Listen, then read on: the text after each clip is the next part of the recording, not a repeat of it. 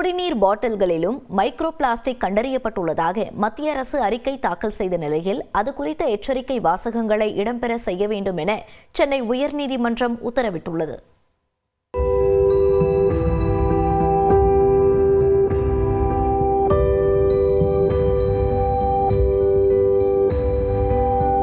Plastic பொருட்கள் சிதைவதால் உருவாகும் மிக சிறிய துகள்கள், செயற்கை நார்கள் போன்ற மைக்ரோ பிளாஸ்டிக் கடல் நீரில் தொடங்கி பல இடங்களில் பரவி உள்ளது. பாக்கெட்டுகளில் அடைக்கப்பட்டுள்ள உணவுப் பொருட்கள், பிளாஸ்டிக் குடிநீர் பாட்டில்கள் மூலம் மனித உடலுக்குள் செல்லும் இந்த பிளாஸ்டிக் நுண்துகள்கள் புற்றுநோய், மாரடைப்பு, பக்கவாதம், வயிற்றுப்போக்கு, தைராய்டு, ஹார்மோன் பாதிப்பு என கடும் விளைவுகளை ஏற்படுத்தும் என்று மருத்துவர்கள் எச்சரிக்கின்றனர். இது கொஞ்சம் கொஞ்சமாக, அதாவது நாளடைவில் தான் நமக்கு இதனால பிரச்சனைகள் வரும். ஸோ நல்லா இருக்குவாங்க குழந்தைங்க, திடுதுப்புன்னு பார்த்தீங்கன்னா அடிக்கடிக்கு வயிறுப்போக்கு ப்ராப்ளம்ஸ் வரும். சில பேருக்கு பார்த்தீங்கன்னா திடுதுப்புன்னு அவங்களுக்கு அலர்ஜிஸ் அதிகமாக வரும், உடம்புல ரேஷஸ், அரிப்புத்தன்மை இதெல்லாம் அதிகமாக வர சான்ஸ் இருக்குது. சில பேருக்கு பார்த்தீங்கன்னா திடுதுப்புன்னு கொலஸ்ட்ரால் அதிகமாக வர சான்சஸ் இருக்குது. ஸோ இந்த மாதிரி உங்களுக்கு ஏதாச்சும் ஒரு இஷ்யூ சடனாக நல்லா இருந்தீங்க, திடுதுப்புன்னு கொஞ்சம் கொஞ்சமாக வர ஆரம்பிச்சிருக்கு அப்படின்னா அப்போ தான் நம்ம இந்த மாதிரி யோசிக்கிறதுக்கான தருணம் இருக்குது. ஸ்ட்ரெயிட்டாக உங்களுக்கு இதனால் உடனே டிஃபரன்ஸ் தெரியாது. இந்நிலையில் கர்ப்ப காலத்தில் தாயிடம் இருந்து குழந்தைக்கு ஊட்டச்சத்துக்கள் செல்லும் நஞ்சு கொடிகளும் மைக்ரோ பிளாஸ்டிக் கண்டறியப்பட்டதாக அண்மையில் வெளியான செய்தி பலரையும் அதிர்ச்சிக்குள்ளாக்கியது. இது தொடர்பாக சென்னை உயர்நீதிமன்ற சிறப்பு அமர்வு தாமாக முன்வந்து விசாரித்தது. நீதிபதிகள் என் சதீஷ்குமார், பரத சக்கரவர்த்தி அமர்வில் வழக்கு விசாரணைக்கு வர மத்திய சுகாதாரத்துறை சார்பில் இந்திய உணவு பாதுகாப்பு மற்றும் தர ஆணையம் அறிக்கையை தாக்கல் செய்தது. அதில் பிளாஸ்டிக் நுண்துகள்கள் பாதிப்பு குறித்து லக்னோ, கொச்சி, ராஜஸ்தானின் பிலானி ஆகிய 3 இடங்களில் ஆராய்ச்சி நிறுவனங்கள் மூலம் ஆய்வுகள் மேற்கொள்ளப்பட்டு வருவதாக தெரிவிக்கப்பட்டது. இமாச்சல பிரதேசம், ராஜஸ்தான் உள்ளிட்ட 6 மாநிலங்களில் குடிநீர் பாட்டில்களில் மாதிரிகள் சேகரிக்கப்பட்டு ஆய்வு செய்தபோது அவற்றில் மைக்ரோ பிளாஸ்டிக் இருப்பது கண்டறியப்பட்டுள்ளதாகவும், பிளாஸ்டிக் பாக்கெட்டுகளில் அடைத்து விற்கப்படும் உப்பு, சர்க்கரையிலும் மைக்ரோ பிளாஸ்டிக் இருப்பது தெரியவந்துள்ளது என்றும் அதிர்ச்சி தகவலை வெளியிட்டது.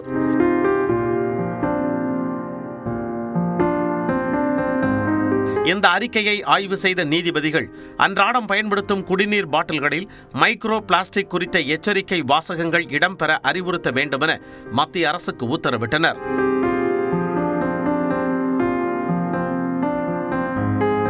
ஆய்வுகள் ஆரம்ப நிலையில் இருப்பதால் மக்களிடையே குழப்பம் ஏற்படும் என மத்திய அரசு தெரிவித்ததை அடுத்து ஆய்வுகளை விரைந்து முடிக்க அறிவுறுத்திய நீதிபதிகள் அதுவரை எச்சரிக்கை வாசகங்களை ஒட்ட வேண்டுமென குடிநீர் பாட்டில் நிறுவனங்களுக்கு ஆணையிட்டு விசாரணையை ஒத்திவைத்தனர்.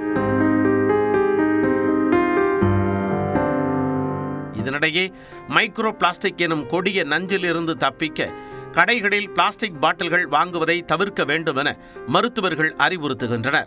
தண்ணி கிளாஸ்லேருந்து குடிக்கிற மாதிரி வாட்டர் அந்த மாதிரி பார்த்துக்கிறது, அப்புறமா முடிஞ்ச அளவுக்கு பிளாஸ்டிக் இல்லாதபடி நம்ம யூசேஜ் வீட்டில் ஃபாலோ பண்ணுறது, நம்ம லைஃப் ஸ்டைலையே இதுக்கேற்ற மாதிரி நம்ம மாற்றுறது, இந்த மாதிரி நம்ம ப்ராப்ளம் பார்த்துக்கிட்டோன்னாவே மோர் தென் எனஃப்.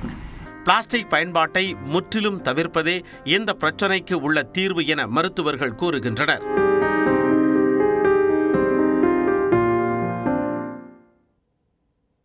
விருதுநகரில் திமுக இளைஞரணியின் தென்மண்டல மாநாடு இன்று நடைபெறும் நிலையில் தமிழ்நாட்டில் திமுக ஆட்சி தொடர வேண்டியதன் கட்டாயம் குறித்து இளைஞர்களிடம் பகிர்ந்து கொள்ள உள்ளதாக முதலமைச்சர் மு க ஸ்டாலின் வீடியோ வெளியிட்டுள்ளார்.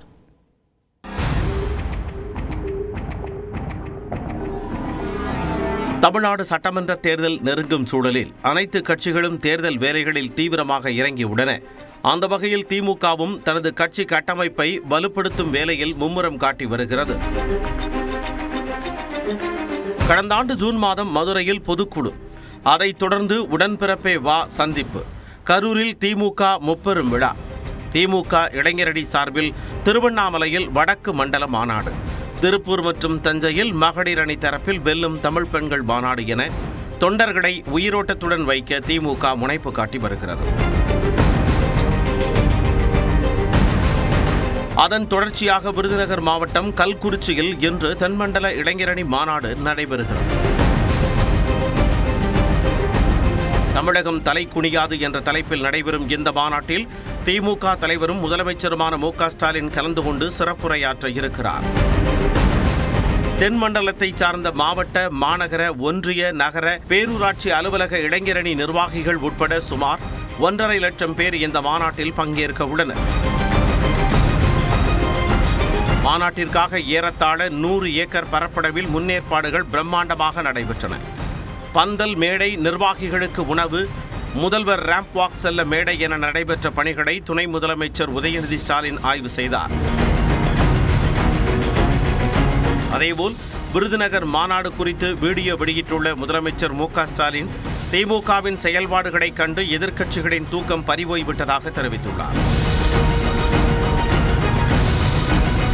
விருதுநகர் மாநாட்டில் எதற்காக திமுக தொடர்ந்து இயங்க வேண்டும், இளைஞர்கள் எவ்வாறு கொள்கையுடன் செயல்பட வேண்டும், எதற்காக திமுக ஆட்சி தமிழ்நாட்டில் தொடர வேண்டும் என்பது பற்றி இளைஞர்களிடம் பகிர்ந்து கொள்ள உள்ளதாகவும் முதலமைச்சர் தெரிவித்துள்ளார்.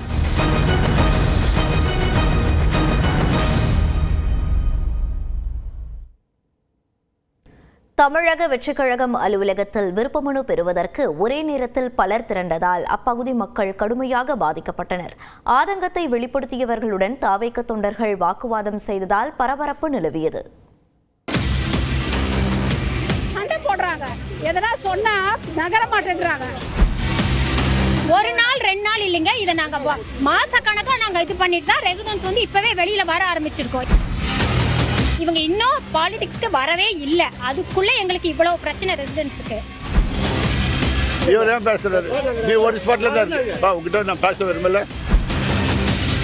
சென்னை பனையூரில் உள்ள விஜயின் தமிழக வெற்றிக் கழகம் அலுவலகத்தில் தேர்தலில் போட்டியிட விரும்புவோருக்கான விருப்பமனு விநியோகிக்கப்பட்டது. முதல் நாளிலேயே பனையூரில் ஏராளமான தாவேகா தொண்டர்கள் திரண்டனர். பைக், கார், வேன்களில் பலர் படையெடுத்ததால் பனையூரில் போக்குவரத்து நெரிசல் ஏற்பட்டது. கட்சி அலுவலக வாசலில் பெண்கள் உட்பட பலர் காத்து கிடக்க தடுப்புகளும் அமைக்கப்பட்டன.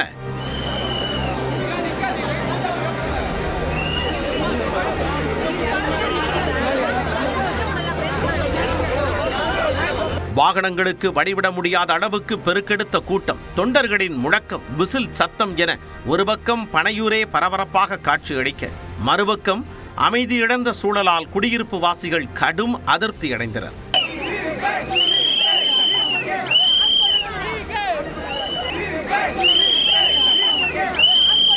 தங்களால் வீட்டை விட்டு வெளியே செல்ல முடியாத அளவுக்கு வாகனங்களை நிறுத்தி வைத்திருப்பதாகவும் அனைத்து இடங்களிலும் தடுப்புகள் போடப்பட்டிருப்பதாகவும் அவர்கள் கொந்தளித்தனர். சாப்பிட்டுட்டு குப்பை ஃபுல்லா போட்டுட்டு போறாங்க. எங்களை இப்படி போகாதீங்க, அப்படி போகாதுன்றீங்க. கார் வந்தா விட மாட்டேன்றாங்க. அப்புறம் இதுக்கு மேல அது இல்லாம சண்டை போடுறாங்க, எதனா சொன்னா நகர மாட்டேன்றாங்க. மிஸ்டர் புஷி ஆனந்த் எங்கன்னு தெரியல, அவர்கிட்ட தான் பேசியிருக்காங்க. அவங்க சுஜரிதா ராவ் தான் பிரசிடென்ட், அவங்க சுஜரிதா குமார், அவங்க வந்து அந்த புஷி ஆனந்த் பேசிட்டு ஒண்ணுமே இருக்காது, ப்ராப்ளம் இருக்காதுன்னு தான் சொன்னாரு. இது நீங்களே பார்த்து சொல்லுங்க, இது ப்ராப்ளம் இருக்கா இல்லையா? மீண்டும் ஒரு நெரிசலை ஏற்படுத்தி விடாதீர்கள் என பனையூர் வாசிகள் குமுறினர். எங்களுக்கு என்ன இஷ்யூ? ஆமா, அங்க போய் நீங்க ஒண்ணுமே வேண்டாம், இந்த 6 அவனியும் கவர் பண்ணுங்க. நீங்க என்ன இஷ்யூன்னு உங்களுக்கே தெரியும். ஒரு நாள் 2 நாள் இல்லைங்க, இதை நாங்க மாச கணக்கா நாங்க இது பண்ணிட்டு தான் ரெசிடென்ட்ஸ் வந்து இப்பவே வெளியில வர ஆரம்பிச்சிருக்கோம். ஏன்னா இது எங்களால கண்ட்ரோல் பண்ண முடியல. இவங்க இன்னும் பாலிடிக்ஸ்க்கு வரவே இல்லை, அதுக்குள்ள எங்களுக்கு இவ்வளவு பிரச்சனை ரெசிடென்ட்ஸுக்கு. தாவேகா அலுவலக வாசலில் திரண்ட குடியிருப்பு வாசிகள் தங்கள் ஆதங்கத்தை கொட்டி தீர்க்க அவர்களிடம் தாவேகா தொண்டர்கள் வாக்குவாதம் செய்ததால் பரபரப்பு ஏற்பட்டது. இங்க பக்கம் போங்க, அந்த பக்கம் போண்டு they cannot do like this. நீங்க சொல்லாது, உங்ககிட்ட பேசப்ப நீ பேசு ப்ளீஸ். இல்ல இல்ல, நீங்க ஏன் பிளாக் பண்றீங்க? உங்ககிட்ட பேசக்கூடாது, உங்ககிட்ட நான் பேசக்கூடாது. இதனிடையே விருப்பமனு வாங்க யாரும் பனையூர் அலுவலகம் வர வேண்டாம் என தாவேகா பொதுச் செயலாளர் ஆனந்த் அறிவித்துள்ளார். பொதுமக்களுக்கும் போக்குவரத்திற்கும் இடையூறு ஏற்படுவதை தவிர்க்க வேண்டும் என்பதால் இந்த முடிவை எடுத்துள்ளதாக குறிப்பிட்டுள்ளார். இணையதளம் மூலம் மனுவை பதிவிறக்கம் செய்து கொள்ளலாம் என்றும் அதனை பூர்த்தி செய்து உரிய ஆவணங்களுடன் வரும் 14ஆம் தேதிக்குள் நேரிலோ அல்லது தபால் மூலமோ வழங்கலாம் எனவும் அவர் தெரிவித்துள்ளார். 19 வயதுக்கு உட்பட்டோருக்கான ஆடவர் கிரிக்கெட் உலக கோப்பையை இந்திய அணி 6வது முறையாக வென்று சாதனை புரிந்துள்ளது. இளம் புயல் சூரியவன்ஷி 175 ரன் குவித்து உலக சாதனை படைத்த நிலையில் அவருக்கும் சாம்பியன் பட்டம் வென்ற இந்திய அணிக்கும் பாராட்டுகள் குவிந்து வருகின்றன.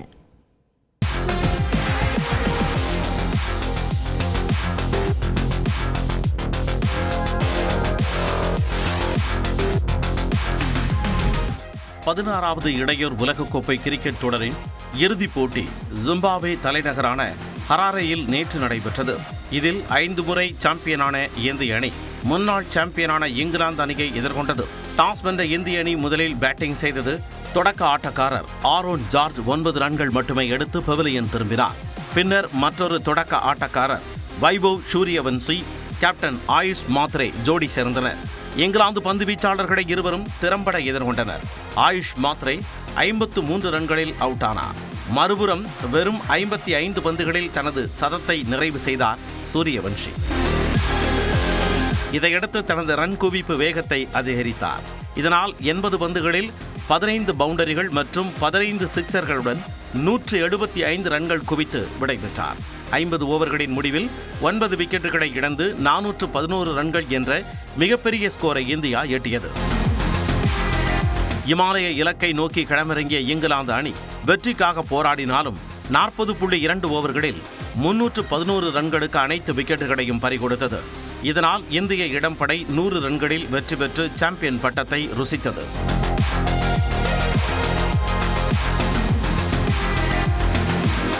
அண்டர் 19 உலகக்கோப்பை வரலாற்றில் இந்தியா 6வது முறையாக கோப்பையை வென்றிருக்கிறது. 6 முறை அண்டர் 19 உலகக்கோப்பையை வென்ற ஒரே அணி இந்தியா மட்டுமே. மேலும் கடந்த 4 ஆண்டுகளில் ஒட்டுமொத்தமாக இந்திய அணி 7வது ICC தொடர் கோப்பையை வென்றுள்ளது குறிப்பிடத்தக்கது. வெறும் 14 வயதான வைபவ் சூரியவன்சி ஆட்ட நாயகனாகவும் தொடர் நாயகனாகவும் அறிவிக்கப்பட்டார். 175 ரன்கள் குவித்த அவரது பரபரப்பான ஆட்டம் 19 வயதுக்குட்பட்ட உலகக்கோப்பை இறுதிப் போட்டியில் இதுவரை இல்லாத அதிகபட்ச தனிநபர் ஸ்கோர் ஆகும். இதனால் மீண்டும் ஒருமுறை கிரிக்கெட் ரசிகர்களை கவர்ந்துள்ளார். இந்திய அணியின் வெற்றியை நாடு முழுவதும் ரசிகர்கள் பட்டாசு வெடித்தும் இனிப்பு வழங்கியும் கொண்டாடினர்.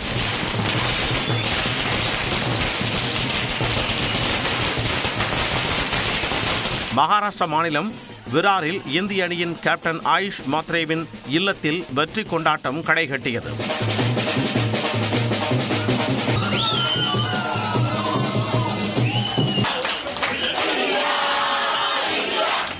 சாம்பியன் பட்டம் வென்ற இந்திய அணிக்கும் அதற்கு காரணமான சூரியவன்ஷிக்கும் குடியரசுத் தலைவர் திரௌபதி முர்மு, பிரதமர் மோடி, மக்களவை எதிர்க்கட்சித் தலைவர் ராகுல் காந்தி, முதலமைச்சர் மு.க. ஸ்டாலின், அதிமுக பொதுச் செயலாளர் எடப்பாடி பழனிசாமி மற்றும் கிரிக்கெட் வீரர்களும் பிரபலங்களும் வாழ்த்து தெரிவித்துள்ளனர். ரிலையன்ஸ் அறக்கட்டளையின் தலைவர் நீட்டா அம்பானி தனது வாழ்த்துச் செய்தியில் வயதுக்கு மீறிய துணிச்சல், ஒழுக்கம் மற்றும் நம்பிக்கை ஆகியவை இடம் இந்தியாவின் மனப்பான்மையை பறைசாற்றும் ஒரு சக்தி வாய்ந்த அடையாளம் என்று குறிப்பிட்டுள்ளார். தொடர்ந்து 1 நிமிட செய்திகளை பார்க்கலாம். அதிமுகவின் செயல்பாடுகளை திமுக கார்பன் காப்பி அடிக்க தொடங்கியிருப்பதாக கட்சியின் பொதுச் செயலாளர் எடப்பாடி பழனிசாமி விமர்சித்துள்ளார். அவர் வெளியிட்டுள்ள அறிக்கையில் 5 ஆண்டுகளில் தமிழ்நாட்டில் எந்த வளர்ச்சி திட்டங்களையும் நிறைவேற்றாமல் மக்களுக்கு அல்வா கொடுத்துள்ள முதலமைச்சர் மு.க. ஸ்டாலினுக்கு தனது கண்டனம் என குறிப்பிட்டுள்ளார். கடந்த தேர்தலில் திமுக சார்பில் அளிக்கப்பட்ட 525 வாக்குறுதிகளில் 4இல் 1 பங்கை கூட நிறைவேற்றவில்லை என்ற உண்மையை மக்களுக்கு சொல்லி வருவதாக கூறியுள்ள இபிஎஸ், கவர்ச்சிகரமான பல பெயர்களை வைத்து மக்களை ஏமாற்றும் இந்த அரசின் செயலை விளக்கும் வகையில் கடந்த ஆண்டு திமுகவின் உருட்டுக்கட்டை அல்வா ஒன்றை வழங்கியதாகவும் தெரிவித்துள்ளார். மத்திய அரசிடம் வாதாடியோ போராடியோ இணக்கமாக பேசியோ தமிழ்நாட்டு மக்களுக்கு தேவையான எந்த ஒரு நலத்திட்டங்களையும் கொண்டுவர திறனற்ற அரசு மத்திய அரசு கேட்டதை தரவில்லை என வாய்ஜாலம் காட்டிக் கொண்டிருப்பதாக கூறியுள்ளார். திமுகவின் 2.0 ஆட்சியில் தமிழ்நாடு சுபிக்ஷம் பெறும் என்றெல்லாம் மக்களின் காதுகளில் முதலமைச்சர் காகிதப்பூ சுற்றுவதாக விமர்சித்துள்ள எடப்பாடி பழனிசாமி, தமிழ்நாட்டின் முன்னேற்றத்திற்காக என்னென்ன திட்டங்களை செயல்படுத்தியுள்ளீர்கள் என்பதை தெரிவித்து வாக்கு கேட்க தயாரா என வினவியுள்ளார்.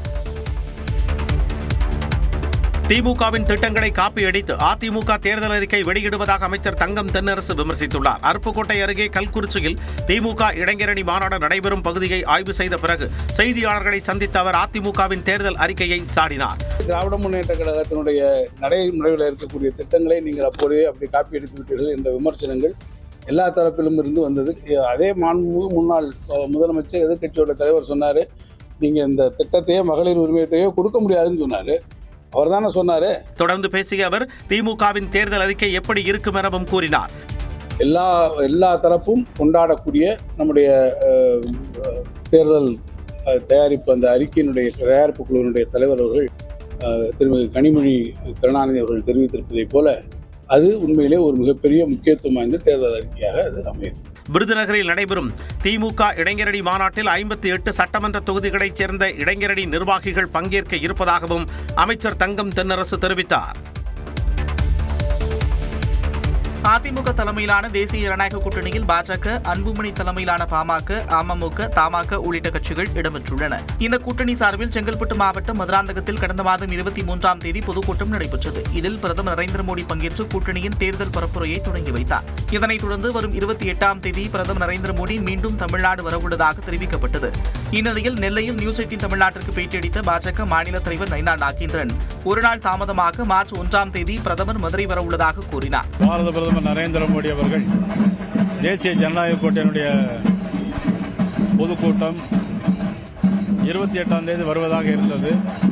இப்பொழுது 1ஆம் தேதியாக மாற்றி வைக்கப்பட்டுள்ளது. மதுரையில் நடைபெறும் தேசிய ஜனநாயக கூட்டணியின் பொதுக்கூட்டத்திற்கு பிரதமர் நரேந்திர மோடி தலைமை தாங்க இருப்பதாகவும் நயினா நாகேந்திரன் தெரிவித்தார்.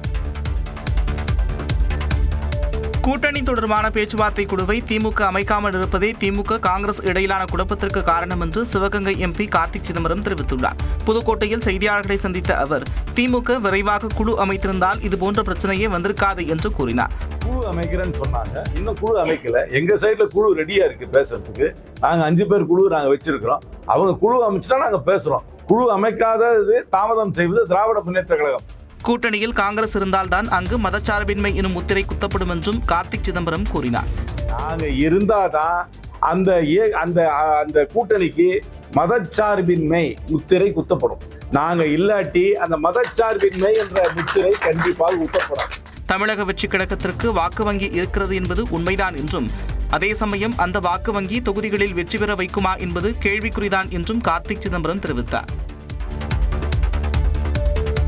தமிழ்நாடு முழுவதும் சத்துணவு அங்கன்வாடி பணியாளர்கள் சங்கங்களின் கூட்டமைப்பினர் காலமுறை ஊதியம் உள்ளிட்ட 10 அம்ச கோரிக்கைகளை வலியுறுத்தி இரவிலும் போராட்டத்தில் ஈடுபட்டனர். திருவள்ளூர் மாவட்ட ஆட்சியர் அலுவலகம் முன்பு ஒப்பாரி வைத்து போராட்டம் நடத்திய ஊழியர்கள் சாலையிலேயே படுத்துறங்கி 5வது நாளாக தங்களது போராட்டத்தை தொடர்ந்தனர்.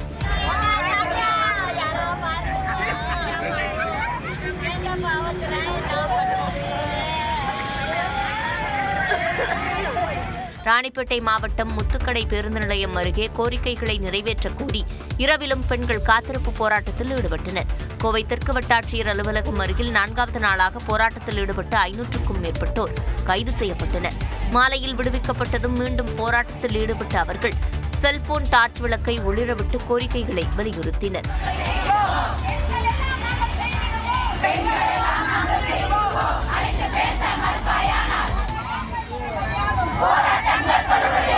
இதேபோல் ராமநாதபுரம் ஆட்சியர் அலுவலகம் முன்பு 4வது நாளாக சத்துணவு அங்கன்வாடி சங்கங்களின் கூட்டமைப்பைச் சேர்ந்த 200க்கும் மேற்பட்டோர் காத்திருப்பு போராட்டம் மேற்கொண்டனர்.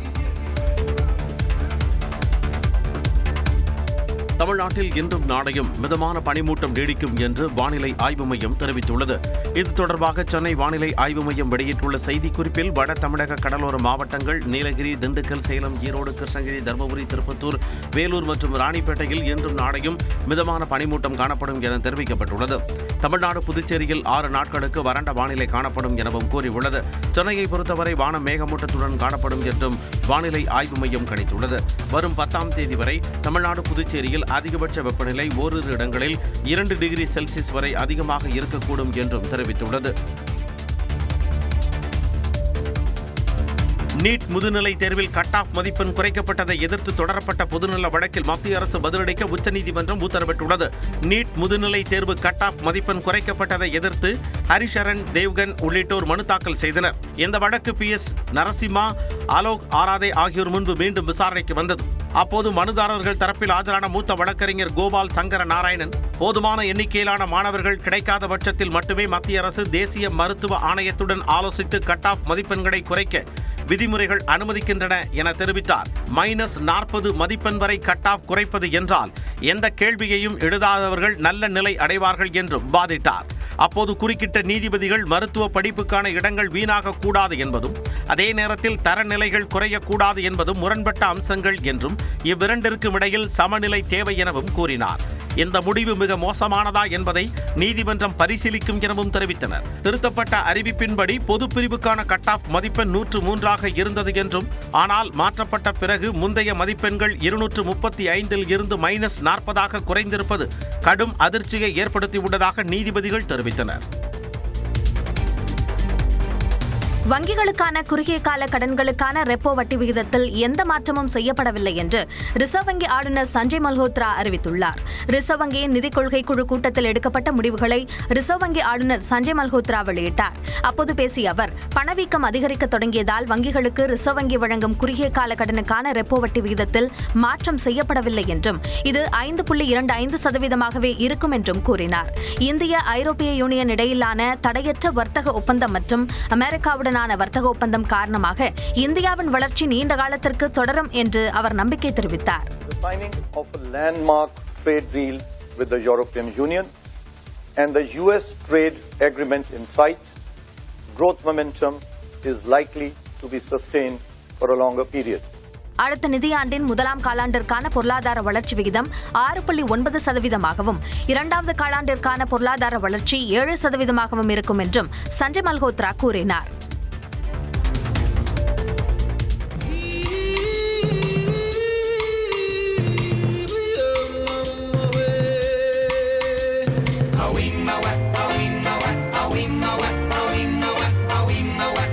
அமெரிக்க அதிபர் டொனால்டு ட்ரம்ப் தனது ட்ரூத் சோஷியல் தளத்தில் வெளியிட்ட இந்த வீடியோ தற்போது உலக அளவில் பெரும் சர்ச்சையை கிளப்பியுள்ளது.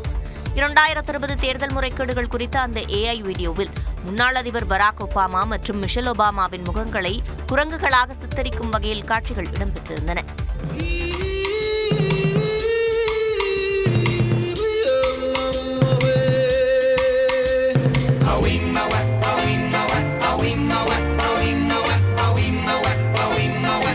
கருப்பினத்தவரை குரங்குகளுடன் ஒப்பிடுவது ஒரு மோசமான இனவெறி அடையாளமாக கருதப்படுவதால் இதற்கு ஜனநாயக கட்சியினர் மட்டுமின்றி ட்ரம்பின் சொந்த கட்சியான குடியரசுக் கட்சியினரும் கடும் கண்டனம் தெரிவித்துள்ளனர். ஜனநாயக கட்சி தலைவர்களான Bill Clinton, Joe Biden, Kamala Harris, Hillary Clinton உள்ளிட்டோரை தாழ்வாக சித்தரிக்கும் அந்த வீடியோவில் ட்ரம்பை சிங்கம் போல் காட்டியுள்ளனர். முதலில் இதனை வெறும் இணைய மீம் என்று வெள்ளை மாளிகை நியாயப்படுத்திய நிலையில் கடும் எதிர்ப்புகள் காரணமாக அந்த பதிவு நீக்கப்பட்டது. வெள்ளை மாளிகை ஊழியர் ஒருவர் தவறுதலாக இதனை பதிவிட்டு விட்டதாக விளக்கமளிக்கப்பட்டுள்ளது. ஆபரண தங்கம் விலை காலையில் சவரனுக்கு 1600 ரூபாய் குறைந்த நிலையில் மாலையில் 1040 ரூபாய் அதிகரித்தது. பல்வேறு பொருளாதார காரணங்களால் கடந்த சில நாட்களாக தங்கம் விலை அதிக ஏற்ற இறக்கத்துடன் காணப்படுகிறது. அதன்படி சென்னையில் ஆபரண தங்கம் விலை வெள்ளிக்கிழமை காலை 1600 ரூபாய் குறைந்து 1,12,960 ரூபாய்க்கு விற்பனையானது. தொடர்ந்து மாலையில் 1040 ரூபாய் அதிகரித்ததால் சவரன் 1,14,000 ரூபாய் என நிர்ணயிக்கப்பட்டது. கிராம் தங்கம் காலையில் 200 ரூபாய் குறைந்த நிலையில் மாலையில் 130 ரூபாய் உயர்ந்து 14,250 ரூபாய்க்கு விற்கப்பட்டது. அதேபோல வெள்ளி விலை காலையில் கிராமுக்கு 20 ரூபாய் குறைந்து 280 ரூபாய்க்கு விற்பனையான நிலையில் மாலையில் மாற்றமின்றி அதே விலையில் விற்கப்பட்டது.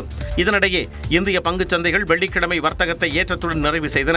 மும்பை பங்குச்சந்தை குறியீட்டின் சென்செக்ஸ் 266 புள்ளிகள் உயர்ந்து 83,580 புள்ளிகளுடன் நிறைவடைந்தது. தேசிய பங்குச்சந்தை குறியீட்டின் நிப்டி 50 புள்ளிகள் ஏற்றம் கண்டு 25,693 புள்ளிகளுடன் வர்த்தகத்தை நிறைவு செய்தது. சசிகலாவை சந்தித்த நிர்வாகியை கட்சியிலிருந்து நீக்கி அமமுக பொதுச் செயலாளர் டிடிவி தினகரன் நடவடிக்கை எடுத்துள்ளார்.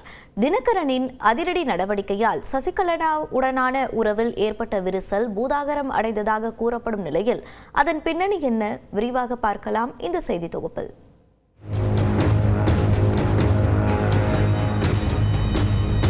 முன்னாள் முதலமைச்சர் ஜெயலலிதா மறைவிற்கு பின்னர் அதிமுகவையும் ஆட்சி பொறுப்பையும் கையில் எடுக்க முனைப்பு காட்டிய வி.கே. சசிகலாவுக்கு பேரதிர்ச்சியாக சொத்து குவிப்பு வழக்கில் சிறை தண்டனை தீர்ப்பு கிடைத்தது. சிறை தண்டனை முடிந்து விடுதலையான சசிகலா அதிமுகவை மீண்டும் ஒருங்கிணைக்கப் போவதாக அறிவித்தார். அதே கருத்தை கூறி அமமுக கட்சியை தொடங்கியது முதலே அதிமுக பொதுச் செயலாளர் எடப்பாடி பழனிசாமியை கடுமையாக விமர்சித்து வந்த டிடிவி தினகரன் திடீரென அதே அதிமுக அங்கம் வகிக்கும் தேசிய ஜனநாயக கூட்டணியில் இணைந்தார். தேசிய ஜனநாயக கூட்டணியில் இடம்பெறுவது தொடர்பாக பேச்சுவார்த்தை தொடங்கியது முதலே வி.கே. சசிகலாவுக்கும் டிடிவி தினகரனுக்கும் இடையே பிணக்கு ஏற்பட்டதாக கூறப்படுகிறது. கடந்த ஆண்டு பசும்பொன்னில் தேவர் ஜெயந்தி குருபூஜையில் கலந்து கொள்ள வி.கே. சசிகலா வந்தபோது அங்கிருந்து டிடிவி தினகரன் திடீரென ஆப்சண்ட் ஆனார். அதேபோல் அண்ணா நினைவு நாளில் சென்னை மெரினா கடற்கரையில் வி.கே. சசிகலாவின் காரும் டிடிவி தினகரனின் வாகனமும் அருகருகே நின்றபோது அவசரமாக அங்கிருந்து டிடிவி தினகரன் புறப்பட்டு சென்றார். தேசிய ஜனநாயக கூட்டணியில் சசிகலாவுக்கு இடமில்லை என இபிஎஸ் தொடர்ந்து கூறி வருவது, டிடிவி தினகரனுடனான பிணக்கு என அதிருப்தியில் உள்ள சசிகலா அதிமுக மற்றும் அமமுகவில் அதிருப்தியில் உள்ள தலைவர்களை தன் பக்கம் எடுத்து வரும் தேர்தலில் தனித்து களமிறங்க திட்டமிட்டுள்ளதாக தகவல் வெளியாகியுள்ளது. இந்நிலையில் சென்னை போயஸ் கார்டனில் உள்ள சசிகலாவின் வீட்டில் நடந்த ஆலோசனைக் கூட்டத்தில் அமமுக மாணவரணி செயலாளராக இருந்த ஜீவிதா நாச்சியார் கலந்து கொண்டார். மதுரையில் அமமுகவின் முகமாக அறியப்படும் ஜீவிதா நாச்சியார் சசிகலாவின் ஆலோசனைக் கூட்டத்தில் கலந்து கொண்டது டிடிவி தினகரனையும் அமமுகவினரையும் கடும் அதிருப்தியில் ஆழ்த்தியதாக கூறப்படுகிறது. இதற்கு உடனடியாக எதிர்வினையாற்றும் விதமாக ஜீவிதா நாச்சியாரை கட்சியில் இருந்து நீக்கி டிடிவி தினகரன் நடவடிக்கை எடுத்தார். இதற்கு பதிலடி கொடுக்கும் விதமாக தனது சமூக வலைதள பக்கத்தில் துரோகம் வேறறுக்கப்படும் என ஜீவிதா நாச்சியார் பதிவிட்டுள்ளார். ஜீவிதா நாச்சியாரை கட்சியில் இருந்து நீக்கியதன் மூலம் சசிகலா டிடிவி தினகரன் இடையேயான பனிப்போர் உச்சமடைந்துள்ளதாக அரசியல் விமர்சகர்கள் கூறுகின்றனர்.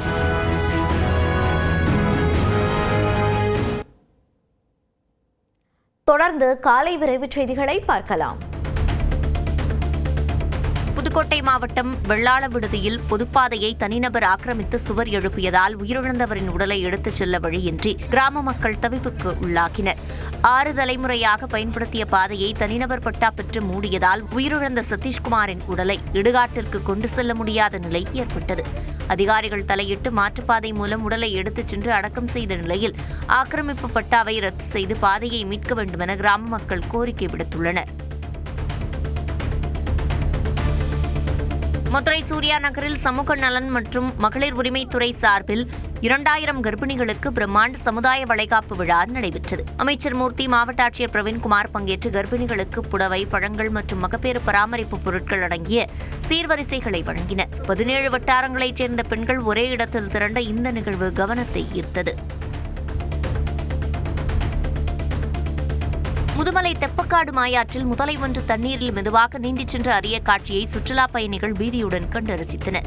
பொதுவாக அடர்ந்த வனப்பகுதியில் பாறைகள் மீது ஓய்வெடுக்கும் முதலைகள் எளிதில் மனித கண்களுக்கு தென்படாது. இந்நிலையில் கூடலூர் பிரதான சாலையோரத்தில் உள்ள ஆற்றில் முதலை நீந்தி வந்ததை கண்ட பயணிகள் உற்சாகமடைந்து அதனை செல்போன்களில் படம் பிடித்தனர்.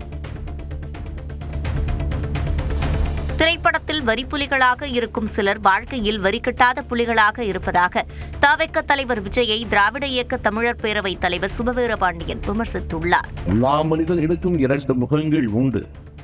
சில பேர் திரைப்படத்தில் வரிப்புலிகளாக இருப்பார்கள், உண்மையான வாழ்க்கையில் வரி கட்டாத புலிகளாக இருப்பார்கள். சென்னை திருவொற்றியூர் அகதீஸ்வரர் கோவிலில் குடமுழுக்கு விழா வெகு விமர்சையாக நடைபெற்றது. அகதீஸ்வரர் அகிலாண்டேஸ்வரி கோவிலில் கடந்த 2ஆம் தேதி கணபதி பூஜையுடன் விழா தொடங்கியது. யாகசாலையில் 4 கால பூஜைகள் செய்யப்பட்டு ராஜகோபுரத்தில் உள்ள கலசங்களுக்கு புனித நீர் ஊற்றி குடமுழுக்கு நடத்தப்பட்டது. விழாவில் ஆயிரக்கணக்கான பக்தர்கள் கலந்து கொண்டு மனமுருக வழிபாடு நடத்தினர்.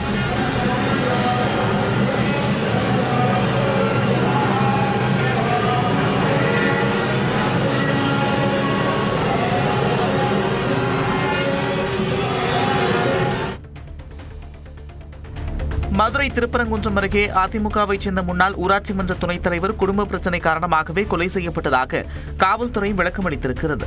தனசேகர பாண்டியன் என்கிற செந்தில் சாமநத்தம் அரசு உயர்நிலைப்பள்ளி அருகே தான் நடத்தி வரும் டீ கடைக்கு சென்றபோது வெட்டி கொலை செய்யப்பட்டார். கடை முன்பு அமர்ந்து மது அருந்தியவர்களை தட்டி கேட்டதால் அவர் கொலை செய்யப்பட்டதாக தகவல் வெளியானது. இதற்கு மாவட்ட காவல்துறை மறுப்பு தெரிவித்துள்ளது. குடும்ப பிரச்சனை காரணமாக நடந்துள்ளதாக தெரிய வருகிறது. இதுவரைக்கும் ஒரு 3 நபர்களை வழக்கு பதிவு பண்ணி கைது செய்து விசாரணை நடைபெற்று வருகிறது. இன்னொரு 3 பேரை அரெஸ்ட் பண்ணதுக்கு டீம் ஒர்க் பண்ணிட்டு இருக்காங்க.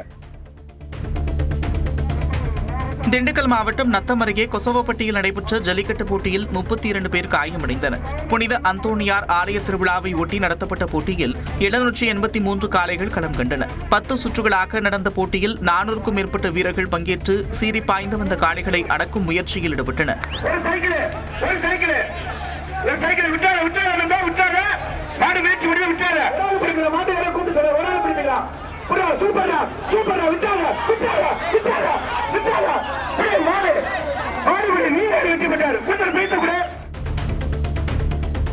நாகப்பட்டினம் மாவட்டம் வேதாரண்யத்தில் வெளிநாட்டில் வேலை வாங்கி தருவதாக கூறி 10க்கும் மேற்பட்டோரிடம் 40 லட்சம் ரூபாய் வரையில் மோசடி செய்த இளைஞர் கைது செய்யப்பட்டார்.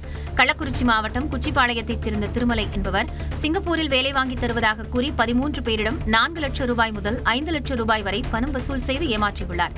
இதுகுறித்து பாதிக்கப்பட்டவர்கள் அளித்த புகாரின் பேரில் விசாரணை நடத்திய காவல்துறையினர் திருமலையை கைது செய்தனர்.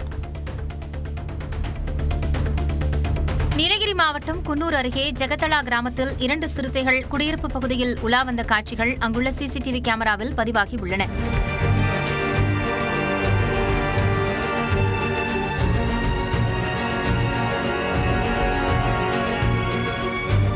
அதிகாலை நேரத்தில் ஊருக்குள் புகுந்த 2 சிறுத்தைகள் நீலமாரியம்மன் கோயில் அருகே நீண்ட நேரமாக சுற்றித் திரிந்தன. அங்கும் இங்கும் சென்று இரை தேடிய அவை தாங்களாகவே வனப்பகுதிக்குள் சென்றன.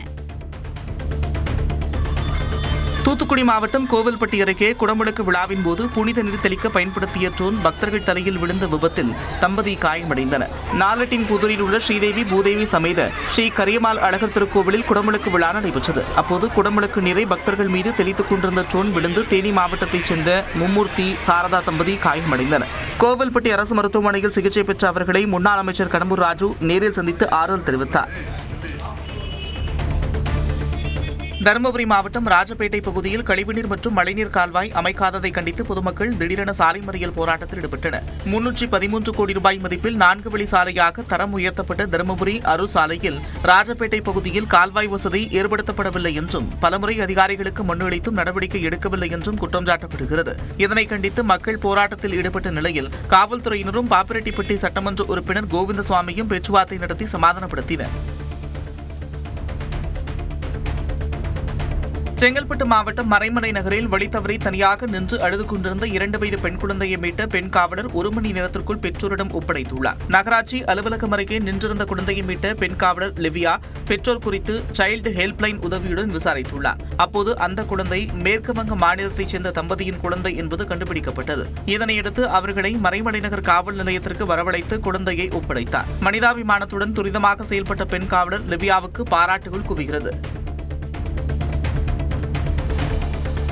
நாகையில் மீன்வளம் பெருக வேண்டியும் உலக அமைதிக்காகவும் பால்குடம் எடுத்து வந்து மீனவ பெண்கள் வழிபாடு நடத்தினர். தை மாத கடைசி வெள்ளிக்கிழமையை முன்னிட்டு நாகப்பட்டினம் நம்பியார் நகர் மீனவ கிராமத்தில் உள்ள புதிய ஒளி மாரியம்மன் கோவிலிலிருந்து 1008 பெண்கள் பங்கேற்ற பால்குட ஊர்வலம் நடைபெற்றது. கோவிலிலிருந்து கிராம மக்கள் மேலதாளங்கள் முழங்க மீன் கொடியினை கையிலேந்தி ஊர்வலமாக சென்றனர்.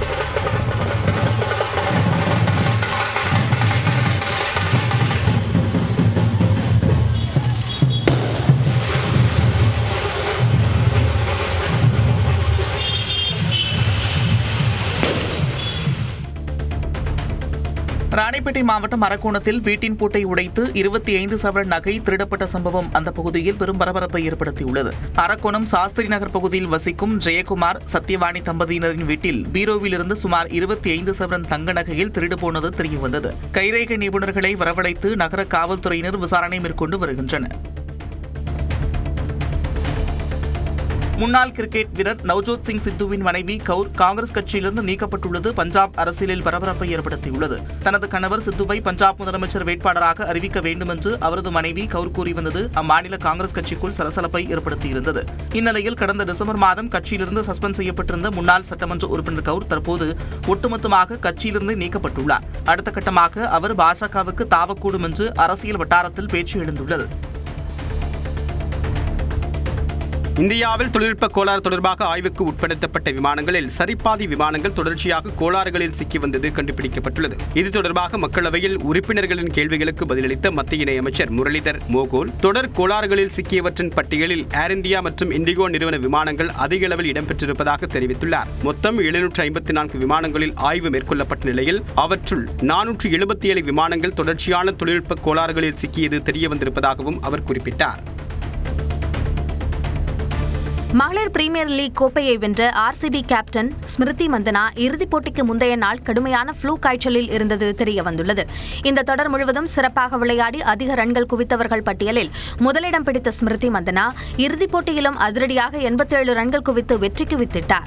இந்த நிலையில் போட்டிக்கு முந்தைய நாள் 103 டிகிரி ஃப்ளூ காய்ச்சலில் அவதிப்பட்ட அவர் அதனை பொருட்படுத்தாமல் இறுதிப் போட்டியில் நிலைத்து நின்று விளையாடியதன் மூலம் வெற்றியை தேடித்தந்தது தற்போது தெரியவந்துள்ளது. இந்த தொடரில் 9 போட்டிகளில் களம் கண்டு 3 அரை சதங்களுடன் 377 ரன்களை குவித்த ஸ்மிருதி மந்தனா 153க்கும் அதிகமான ஸ்ட்ரைக் ரேட்டிங்கில் ரன்களை அடித்துள்ளார். நீலகிரி மாவட்டம் குன்னூர் சிம்ஸ் பூங்காவில் ஐரோப்பாவை தாயகமாக கொண்ட கருப்பு கேரட் முதன்முறையாக சோதனை முறையில் பயிரிடப்பட்டு வெற்றி காணப்பட்டுள்ளது. ஆரஞ்சு நிற கேரட் போன்ற சுவையுடன் கருப்பு நிறத்தில் காட்சியளிக்கும் இந்த கேரட்கள் இன்னும் 30 நாட்களில் அறுவடைக்கு தயாராக உள்ளன. தோட்டக்கலைத்துறையினரின் இந்த புதிய முயற்சி சுற்றுலா பயணிகளிடையே பெரும் ஆர்வத்தை ஏற்படுத்தியுள்ளது.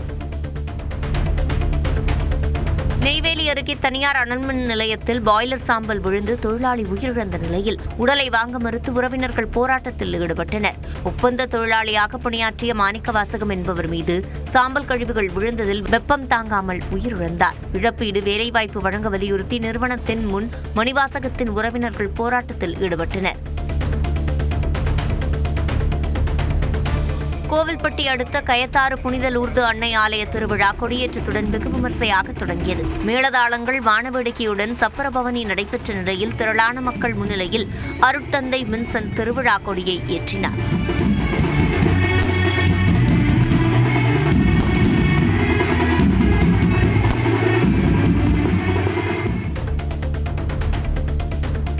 ஈரோடு மாவட்டம் புளியம்பட்டி அருகே பர்னிச்சர் பொருட்கள் ஏற்றி வந்த வாகனத்தில் தீப்பற்றியது. சதீஷ்குமார் என்பவர் ஓட்டிச் சென்ற மினி வேனிலிருந்து புகை வெளியேறிய சில நிமிடங்களில் தீப்பற்றியது. தகவல் அறிந்து வந்து தீயணைப்பு வீரர்கள் அணைப்பதற்குள் வாகனம் முழுவதுமாக எரிந்து உருக்குலைந்தது. சேலம் கோட்டை பகுதியில் உள்ள தொக்சால் திருமண மண்டபத்தின் செயலாளர் மீது திமுக பிரமுகரும் அவரது நண்பர்களும் தாக்குதல் நடத்தியது பரபரப்பை ஏற்படுத்தியுள்ளது. திமுக பகுதி செயலாளர் இப்ராஹிம் தோக்சால் திருமண மண்டப செயலாளர் பதவிக்கு வர வேண்டும் என்பதற்காக அந்த பகுதியில் உள்ள நௌமான் என்பவரை வெளியேற வேண்டும் என்று கூறியதாக சொல்லப்படுகிறது. இந்நிலையில் வியாழக்கிழமையன்று தனது நண்பர்களுடன் திருமண மண்டபத்திற்கு சென்ற இப்ராஹிம் நௌமானை தாக்கி ராஜினாமா செய்ய வைத்ததாக கூறப்படுகிறது. இது தொடர்பான சிசிடிவி காட்சிகளின் அடிப்படையில் விசாரணை நடத்தப்படுகிறது.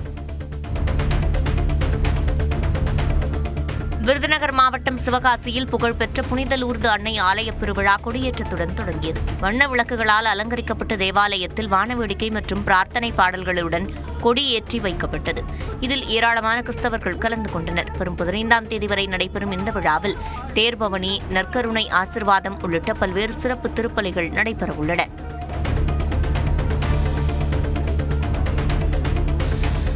காஞ்சிபுரம் மாவட்டம் உத்தரமேரூரில் நடைபெற்ற தேமுதிக நிர்வாகி இல்ல திருமண விழாவில் அக்கட்சி இளைஞர் அணி செயலாளர் விஜயபிரபாகரன் கலந்து கொண்டு மணமக்களை வாழ்த்தினார். அப்போது தனது மகன் திருமணத்திற்கு வருகை தந்ததற்கு நன்றி தெரிவிக்கும் விதமாக மணமகனின் தந்தை திடீரென விஜயபிரபாகரனின் காலில் விழுந்து வணங்கியதால் பரபரப்பு ஏற்பட்டது. உடனே அவரை தூக்கி நிறுத்திய விஜயபிரபாகரன் மணமக்களுக்கு வாழ்த்து தெரிவித்தார்.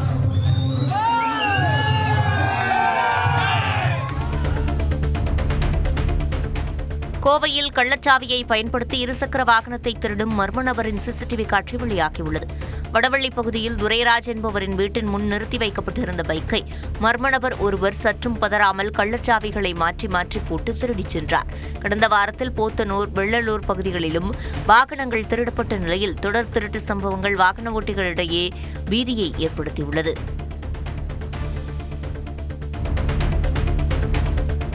திருப்பதி ஏழுமலையான் கோவிலில் நடிகை மீனாட்சி சௌத்ரி சாமி தரிசனம் செய்தார். வியாழக்கிழமை மாலை திருப்பதிக்கு வந்த நடிகை மீனாட்சி சௌத்ரி திருப்பதியிலிருந்து பாத யாத்திரையாக மலையேறி வந்தார். இரவு திருமலையில் தங்கிய அவர் வெள்ளிக்கிழமை காலை விஐபி பிரேக் தரிசனம் மூலம் ஏழுமலையானை வழிபட்டார். பின்னர் தீர்த்த பிரசாதங்களையும் வேத பண்டிதர்களின் வேத ஆசிகளையும் பெற்றுக் கொண்டார். உதகை அடுத்த சோலூர் பகுதியில் தேயிலை தோட்டத்தில் உலா வந்த காட்டு யானையால் மக்கள் பதறியடித்து ஓடினர். யானையை வனத்திற்குள் விரட்ட முயன்ற வாகன ஓட்டியை யானை துரத்தியது. யானையை அடர்ந்த வனப்பகுதிக்குள் விரட்ட வேண்டும் என மக்கள் கோரிக்கை விடுத்துள்ளனர்.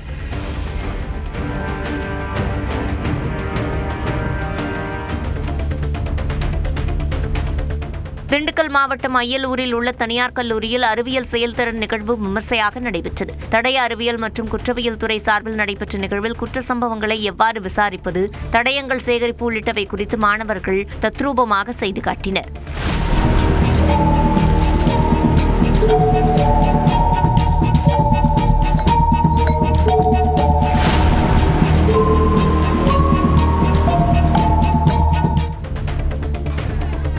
மயிலாடுதுறை மாவட்டம் மதுரகாளியம்மன் கோயிலில் தை மாத கடைவள்ளி தீமிதி திருவிழா விமர்சையாக நடைபெற்றது. பச்சைக்காளி, பவளக்காளி உள்ளிட்ட காளி ஆட்டங்களுடன் பக்தர்கள் தங்களது நேர்த்திக்கடன்களை செலுத்தி நாலுகால் மண்டபத்தில் தோன்றிய அம்மனை தரிசித்தனர்.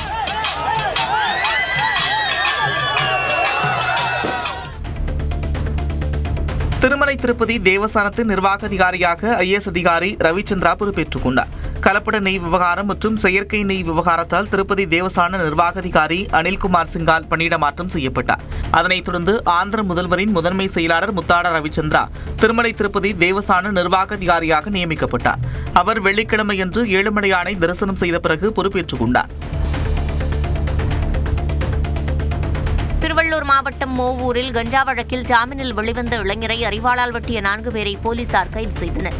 ராமத்தண்டலம் பகுதியைச் சேர்ந்த அன்பரசு காவல் நிலையத்தில் கையெழுத்திட்டுவிட்டு இருசக்கர வாகனத்தில் சென்றபோது மர்ம கும்பல் வழிமறித்து அரிவாளால் வெட்டியது. சம்பவம் தொடர்பாக 4 பேரை கைது செய்து தனிப்படை காவல்துறையினர் விசாரித்து வருகின்றனர்.